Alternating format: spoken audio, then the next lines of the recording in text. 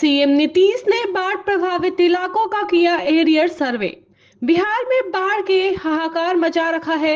राज्य में कई जिले में लाखों लोग बाढ़ से प्रभावित हुए हैं। इस बीच राज्य में मुख्यमंत्री नीतीश कुमार ने बाढ़ प्रभावित इलाकों का एरियर सर्वे किया है। इस दौरान मुख्यमंत्री ने अपने साथ मौजूद अधिकारियों को बाढ़ प्रभावित इलाकों में राहत कार्यों में तेजी लाने का निर्देश दिया है। कहा जा रहा है कि मुख्यमंत्री के साथ इस एरियर सर्वे में जल संसाधन विभाग के अधिकारी भी मौजूद थे। बाढ़ ने 2,69,000 लोगों को सताया। गंगा, महानंदा और कुर्सेला नदी के प्रभाव से बिहार के कटिहार जिले में 11 प्रखंड के 80 पंचायत बाढ़ प्रभावित है। इस पंचायत के करीब 2,69,000 आबादी बाढ़ से आंशिक व पूर्ण रूप से प्रभावित है। प्रभावित इलाके में 139 समुदाय किचन की व्यवस्था की गई है। 190 नाव का परिचालन किया जा रहा है। आधुनिक होगा पूर्णिया एयरपोर्ट। बिहार के साथ पश्चिम बंगाल और नेपाल के लोगों को भी फायदा। बिहार के पूर्णिया में प्रस्तावित एयरपोर्ट अपने आप में खास होगा। इसमें नवीनतम तकनीक के साथ यात्रियों के लिए आधुनिक सुविधाएं दी जाएंगी। इसके शुरू होने से सीमांचल ही नहीं बल्कि बिहार के सीमावर्ती पश्चिम बंगाल और नेपाल के इलाकों के लोगों को भी हवाई सेवा की सुविधा मिल सकेगी। बिहार सरकार मुर्गी पालन के लिए दे रही है 40 लाख रुपए। बिहार मुर्गी पालन योजना के तहत बिहार सरकार मुर्गी पालन खोलने के लिए 40 लाख रुपए तक की आर्थिक सहायता और 30% से 50% तक अनुदान दे रही है। यह योजना ग्रामीण क्षेत्रों में रोजगार के अवसर बढ़ाने और पोल्ट्री फार्मिंग को प्रोत्साहित करने के उद्देश्य से शुरू की गई है। गूगल मैप नहीं, इस ऐप पर मिलेगी बिहार में ट्रैफिक की सही जानकारी। बिहार के नाम एक और उपलब्धि जुड़ गई है। अब आप अगर बिहार के किसी जिले में किसी सड़क पर ट्रैफिक के बारे में जानकारी चाहते हैं तो यह आपको मोबाइल पर ही उपलब्ध हो जाएगी। आप इससे जुड़े लाइव अपडेट सीधे अपने मोबाइल फोन पर देख सकते हैं। इस तरह की सुविधाएं देने वाला बिहार देश का चौथा राज्य बन गया है।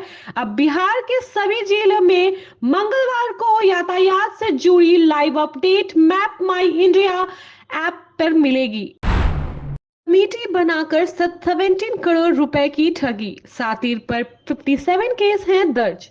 कमेटी बनाकर 17 करोड़ रुपए की ठगी करने वाले को पटना में कदम कुआं थाने की पुलिस ने नाला रोड स्थित अपार्टमेंट से गिरफ्तार कर लिया है। उस पर पटना के कई थाने में 57 केस दर्ज हैं। कोर्ट से निकले वारंट के बाद पुलिस ने संजय को नाला रोड मधुबन अपार्टमेंट स्थित उसके फ्लैट से पकड़ा। जीपीएफ खाता नहीं होने से वेतन नहीं दे रहे, जज की सुप्रीम कोर्ट से गुहार। सुप्रीम कोर्ट ने पटना हाई कोर्ट के जज न्यायमूर्ति रुद्र प्रकाश मिश्रा को पिछले 10 महीने से लंबित वेतन को देने का आदेश राज्य सरकार को दिया है।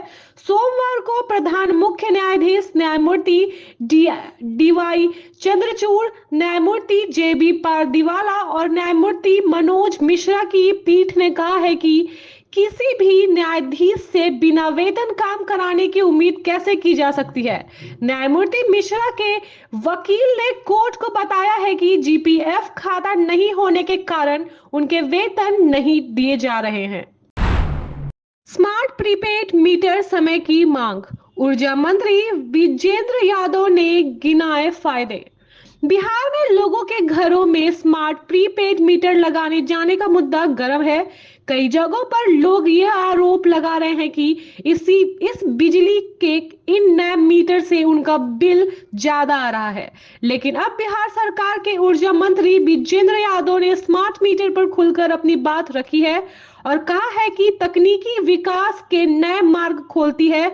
उन्होंने स्मार्ट मीटर के फायदे गिनाते हुए कहा है कि यह समय की मांग है।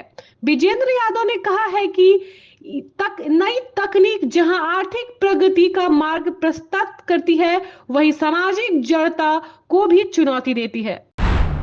इस कंपनी को मिली दरभंगा एम्स बनाने की जिम्मेदारी। केंद्र सरकार ने दरभंगा में एम्स निर्माण की जिम्मेदारी एचएससीसी इंडिया लिमिटेड को सौंपी है। इस परियोजना के लिए 1261 करोड़ रुपए का बजट रखा गया है, जिसमें आगे और भी वृद्धि की संभावना है। दानापुर वालों की बल्ले बल्ले, मिली एक और सुपरफास्ट ट्रेन की सौगात। पटना बनारस जनशताब्दी एक्सप्रेस का 1 अक्टूबर से 16 अक्टूबर तक दानापुर स्टेशन पर 2 मिनट का स्थायी ठहराव प्रदान किया जा रहा है। इससे बनारस जाने वाले यात्रियों को सुविधा मिलेगी।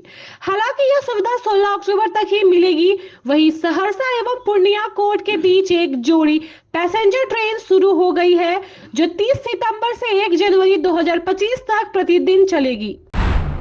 बिहार के बेरोजगारों के लिए अच्छी खबर, मुख्यमंत्री ग्राम परिवहन योजना से मिल रहा है कमाने का मौका। मुख्यमंत्री ग्राम परिवहन योजना के 11वें चरण की समय अवधि बढ़ाकर 15 अक्टूबर तक कर दी गई है। यह योजना ग्रामीण क्षेत्रों में रोजगार और परिवहन सुविधाओं को बढ़ावा देने के लिए चलाई गई है। लाभुकों को वाहन खरीद पर 50% तक या अधिकतम 1 लाख रुपए अनुदान दिया जाएगा। बिहार के इन शहरों में बनेगा नया हवाई अड्डा। बिहार राज्य में हवाई कनेक्टिविटी को और अधिक सुदृढ़ करने के लिए कई नए हवाई अड्डे के निर्माण की योजना बनाई गई है। केंद्र और राज्य सरकार के संयुक्त प्रयास से राज्य में विभिन्न शहरों को देश के प्रमुख हवाई मार्गों से जोड़ा जाएगा। यह पहल बिहार के आर्थिक और पर्यटन विकास को बढ़ावा देने के साथ साथ लोगों की यात्रा को और अधिक सुगम बनाएगी। जदयू की एनडीए में एंट्री। झारखंड विधानसभा चुनाव में इंडिया और एनडीए गठबंधन के बीच सीधी टक्कर है, जहां एनडीए में जदयू की नई एंट्री हो रही है। जदयू 3 सीटों पर दावेदारी कर सकता है, जिसमें राजा पीटर को विकास मुंडा के खिलाफ तमाड़ सीट से उतारने की योजना है, जबकि जमशेदपुर पूर्वी से सरयू राय और छतरपुर सीट पर भी दावा करेगा। कांग्रेस 31 से 35 सीटों पर दावेदारी करेगी और झामुमो के साथ सीट शेयरिंग में चुनौती रहेगी। कांटाटोली फ्लाईओवर का उद्घाटन और 2500 करोड़ की परियोजनाओं का शिलान्यास। झारखंड सरकार 3 और 4 अक्टूबर को राजधानी को 2 बड़ी सौगात देगी। मुख्यमंत्री हेमंत सोरेन 3 अक्टूबर को सुकू रहूटू में ट्रांसपोर्ट नगर के फेज 1 का उद्घाटन करेंगे और फेज 2 का शिलान्यास करेंगे। 4 अक्टूबर को कांटाटोली फ्लाईओवर का उद्घाटन होगा। इसके अलावा मुख्यमंत्री 2500 करोड़ रुपए की पथ निर्माण परियोजनाओं का शिलान्यास करेंगे। कांग्रेस नेता का बड़ा बयान, झारखंड में 25 से 30 सीटें लाएंगे तो सीएम रोटेशन पर होगा। कांग्रेस के प्रदेश प्रभारी गुलाम अहमद मीर ने कहा है कि यदि पार्टी झारखंड में 25 से 30 सीटें लाने में सफल होती है तो प्रधान मुख्यमंत्री का पद रोटेशन पर होगा। उन्होंने कार्यकर्ताओं से कहा है कि उन्हें अपनी जिम्मेदारी निभाते हुए मौजूदा 17 सीटों को बढ़ाकर 30 सीटें तक पहुंचाना होगा। जेएसएससी सीजीएल रिजल्ट की घोषणा टली, अभ्यर्थियों का प्रदर्शन जारी। जेएसएससी के मुख्यालय नामकुम के बाहर हजारों अभ्यर्थियों का हंगामा जारी है। ये सभी सीजीएल परीक्षा में गड़बड़ी के खिलाफ प्रदर्शन कर रहे हैं। प्रदर्शनकारी सुबह 9 बजे से ही एकत्रित होने शुरू हुए और परीक्षा रद्द करने तथा सीबीआई जांच की मांग कर रहे थे। आयोग के सचिव सुधीर कुमार गुप्ता ने बताया है कि जांच पूरी होने तक सीजीएल परीक्षा का रिजल्ट नहीं निकाला जाएगा। पीएम मोदी के हजारीबाग दौरे से पहले उग्रवादियों की घटना, 5 हाईवा को आग लगाई। प्रधानमंत्री नरेंद्र मोदी की हजारीबाग आगमन से पहले उग्रवादियों ने देर रात केरेडारी टंडवा मुख्य मार्ग पर 5 हाईवा को आग के हवाले कर दिया। उग्रवादियों ने चालकों के साथ मारपीट की और कई राउंड फायरिंग की। घटना की सूचना मिलने पर पुलिस अधिकारी घटनास्थल पर पहुंचे। यह घटना पीएम मोदी के कार्यक्रम से एक दिन पहले हुई है। हिंदू सुरक्षा पर चिंता, एसएन मुखोपाध्याय का बयान। भाजपा विधायक सत्यनारायण मुखोपाध्याय ने पश्चिम बंगाल में हिंदुओं के अस्तित्व को खतरे में बताया। और कहा कि ममता बनर्जी के शासन में लोग शस्त्र हैं और भाजपा ही वहां तृणमूल कांग्रेस को चुनौती दे रही है। उन्होंने झारखंड को बंगाल की राह पर जाने से रोकने के लिए भाजपा को मजबूती से जीत हासिल करने का आग्रह किया। बीजेपी ने निकाली मैया समान योजना की काट। असम के मुख्यमंत्री हिमंत बिस्वा शर्मा ने झारखंड में कहा कि भाजपा सरकार अपनी तो दीदियों को 2100 रुपए प्रति माह देगी। उन्होंने हेमंत सोरेन सरकार की खामियों को गिनाया और मैया योजना को ठगने का प्रयास बताया।